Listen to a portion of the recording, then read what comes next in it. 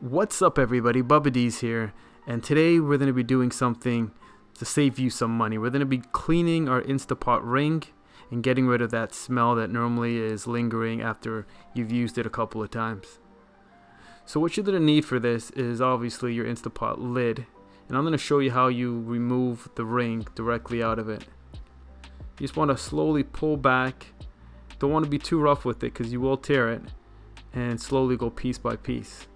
Now what you're going to need for this recipe is you're going to need some baking soda, some water, and a full-size lemon. Now if you don't have fresh lemon, you can always use concentrate. Now what I want to show you guys here is there's numerous types of these rings, but they're all the same. Whether you're using the multi-pot, whether you're using another competitor, they're all going to be the same. So let's get a freezer bag, put the ring directly inside. I'm going to put 2.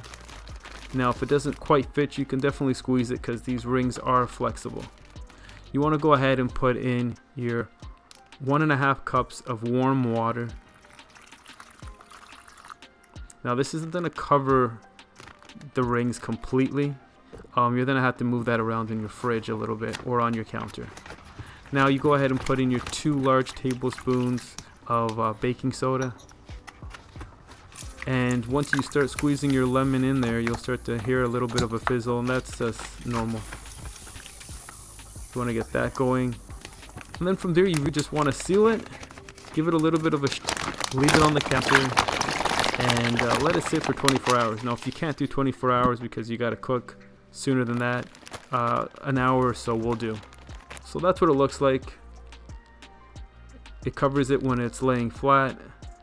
And after you've rinsed it, washed it, and you're ready to put it back in, it's the same technique. You want to kind of pinch the bottom part and slowly put it around the ring. Just like that. Now one thing you do want to be mindful for so you don't have any issues with sealing is there's these 2 little notches that are cut out, and those go right where your sealing vent is. Hope this actually helped you guys out. I'll see you guys next time. Thanks for watching. And if you enjoyed this video, please hit that like button and share it with your friends and family, and subscribe to the channel.